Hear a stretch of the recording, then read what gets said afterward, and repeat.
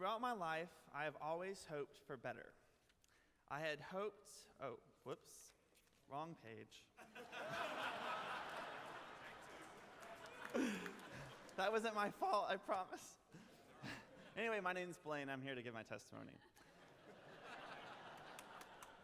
All right.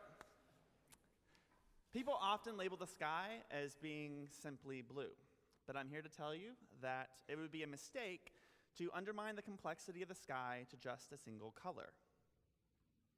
My testimony is very similar because it is so much more complex than what you see at the surface. And I'm here to share my testimony about how hope and faith work together to bring me where I stand at this very moment, right now, today. Before I was even 5 years old, I witnessed my bipolar father inflict physical abuse onto my mother. I remember being locked out of my house, and I remember sleeping underneath a pickup truck in a gravel driveway in rain, much like the rain you see today. While my parents were in the house battling out each other's egos. Not to mention that one half of my family were alcoholics, and the other half were Pentecostals. Now fast forward to June 19th, 2005. If you look at a calendar, it says Father's Day. That particular Father's Day, I was just about to turn, a couple of days from turning 14, and that morning I woke up to find that I no longer had a father. He had his last bipolar episode, which led him to drive his truck basically into a field. Then fast forward again to February 2009, I was 17 years old, and I got a very disheartening call. It said I needed to drive to Alabama right away because they didn't know if my grandfather was going to make it much longer. So note that he was actually pretty young. He was in his later 60s, but he was suffering from congestive heart failure. So I picked up everything, drove over, and helped take care of him for about 2 weeks. And then at this point, he was in hospice. And I was in the room with him late at night, and I witnessed him take his very last breath on earth. And then I had to go to an adjacent bedroom and let my grandmother, his wife, know that he was no longer with us. And then I had to walk down the hall and tell his daughter that she as well no longer had a father. And that was one of the most difficult things that anyone should have to go through, but much less someone at 17. Throughout my life, I have always hoped for better. I had hoped that my parents would work things out.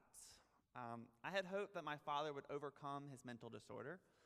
And I had hoped that my grandfather would survive congestive heart failure. But, as we all know, things don't always work out as we had hoped.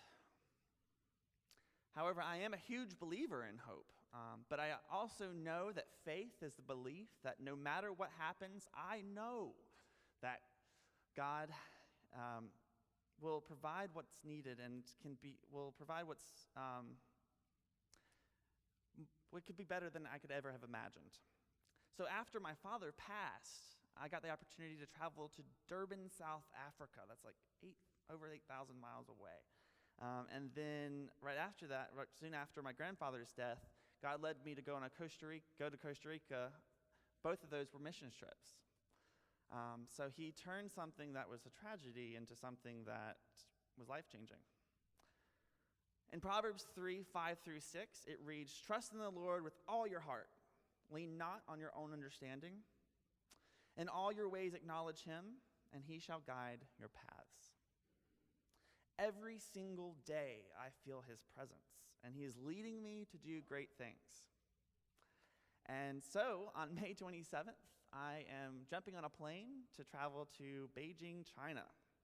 And with a ton of hope and faith, I will stay there for a year teaching English to children who have no idea what I'm saying, which might be a good thing. So hope is a fuel that has kept me moving throughout my life, and it is the faith that is the cornerstone to my resilience.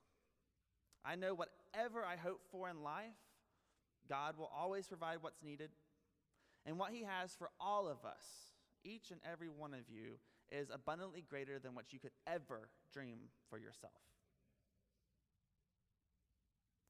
So, with that, go forth and continue to hope for the best, and give God the rest. Thank you.